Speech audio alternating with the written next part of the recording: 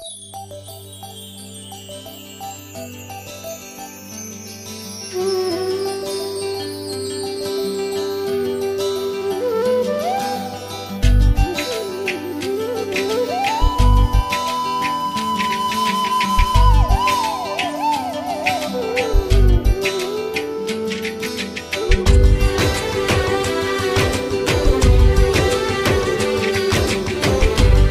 శ్రీరామ్.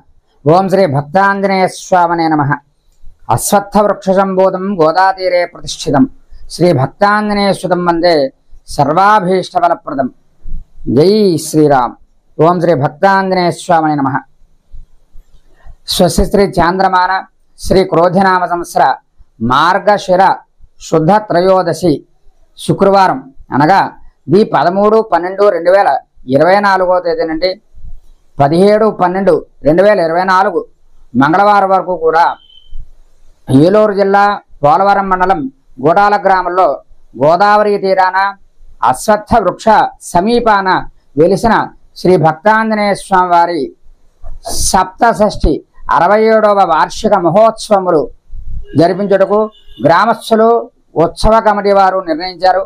కావున 50 మంది భక్త మహాశైలేంద్రులు కూడా ఈ ఉత్సవ కార్యక్రమాల్లో పాల్గొని స్వామివారిని దర్శించి తరించవలసిందిగా కోరుతున్నాం.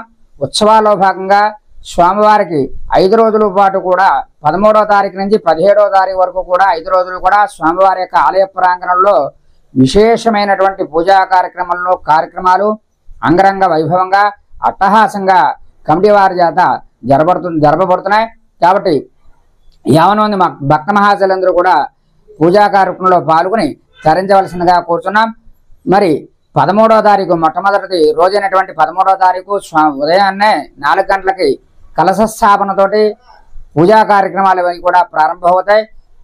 మొదటి పూజ అయిన తర్వాత స్వామివారికి విశేషంగా సహస్ర నింబఫలాలతోటి 1000 నిమ్మకాయలతోటి స్వామివారికి విశేషమైనటువంటి పూజా కార్యక్రమం అది కూడా ఉంది.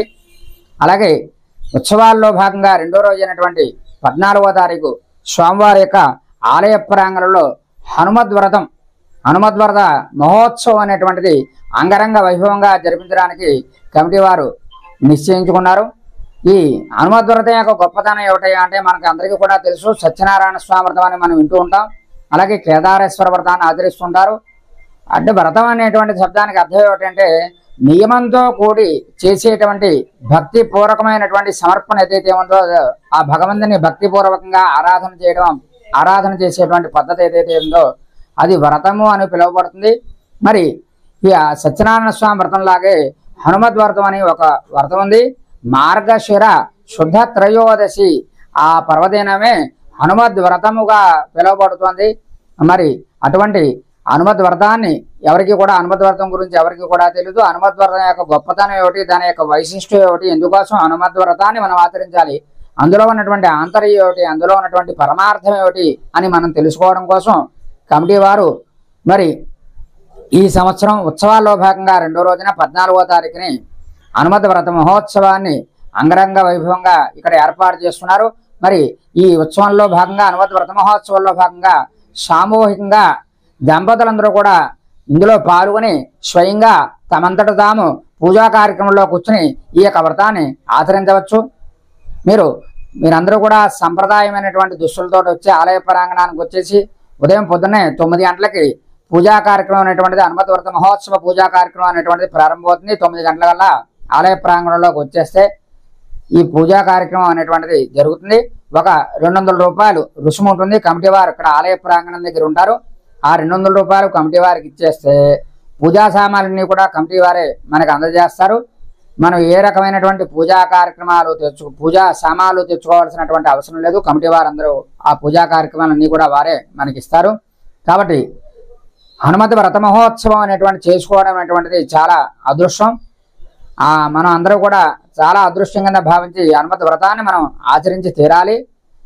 ఎప్పుడు కూడా మనం ఇటువంటి వ్రతాలు చేసుకోవాలి. సత్యనారాయణ స్వామి వ్రతం, కేదార వ్రతాన్ని, మిగతా వ్రతాన్ని ఆచరిస్తాం, కానీ ఈ వ్రతాన్ని ఎప్పుడు చేసుకోవడం. కాబట్టి ఇటువంటి విశేషమైనటువంటి వ్రతాన్ని ఆచరించడం వల్ల చాలా మంచి జరుగుతుంది మనకి. కాబట్టి ఇది ఒక సదవకాశం. కాబట్టి భక్తులందరూ కూడా సద్వినియోగపరచుకోవాల్సిందిగా కోరుచున్నాం. అలాగే ఉత్సవాల్లో భాగంగా మూడో రోజు అయినటువంటి 15వ తారీఖుని పౌర్ణమి ప్రయుక్త ఆదివారం నాడు స్వామివారి యొక్క ఆలయ ప్రాంగణంలో సుందరకాండ పారాయణ, వాల్మీకి మహర్షి రాసినటువంటి రామాయణాంతర్గతమైనటువంటి సుందరకాండ చాలా విశేషమైనటువంటిది అన్నమాట. సుందరకాండ పారాయణ అంటే అన్ని కార్యాలని సిద్ధింపజేసేటువంటిది, సర్వరోగ నివారణి సుందరకాండ. మరి అంత వైభవపేతమైనటువంటి అంత మహిమాన్వితమైనటువంటి సుందరకాండని ఆలయ ప్రాంగణంలో పారాయణ చేయడం జరుగుతుంది. కాబట్టి భక్తులందరూ కూడా వచ్చి ఆ కార్యక్రమంలో కూడా పాల్గొవచ్చు. ఆ రోజునే స్వామివారికి 1,00,000 తమలపాకుల పూజా కార్యక్రమం జరుగుతుంది. అలాగే ఉత్సవాల్లో భాగంగా 4వ రోజైనటువంటి 16వ తారీఖుని స్వామివారికి అప్పాలంటే చాలా ప్రీతికరమైనటువంటిది అన్నమాట. కాబట్టి స్వామివారికి విశేషంగా సహస్ర అపోపాలతోటి అంటే 1000 అప్పాలతోటి స్వామివారికి పూజా కార్యక్రమం అది కూడా చేయడం జరుగుతుంది.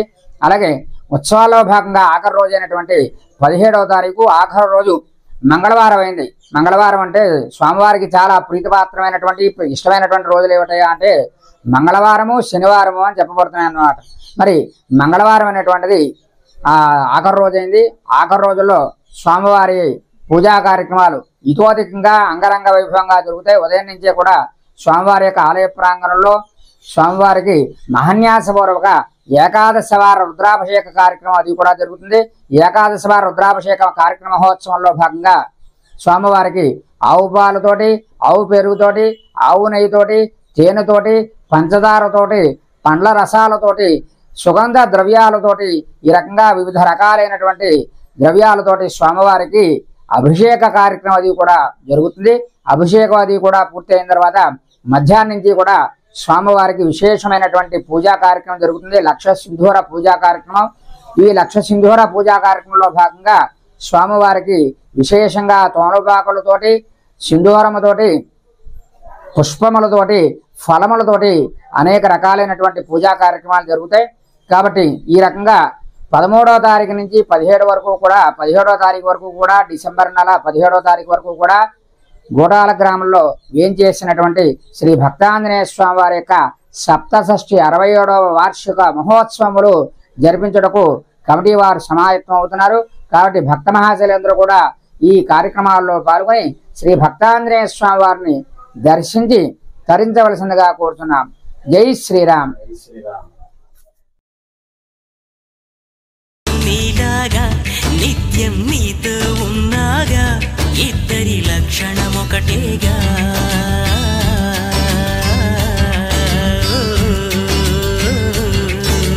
రామ రామ రఘురామ అని పాడుతూ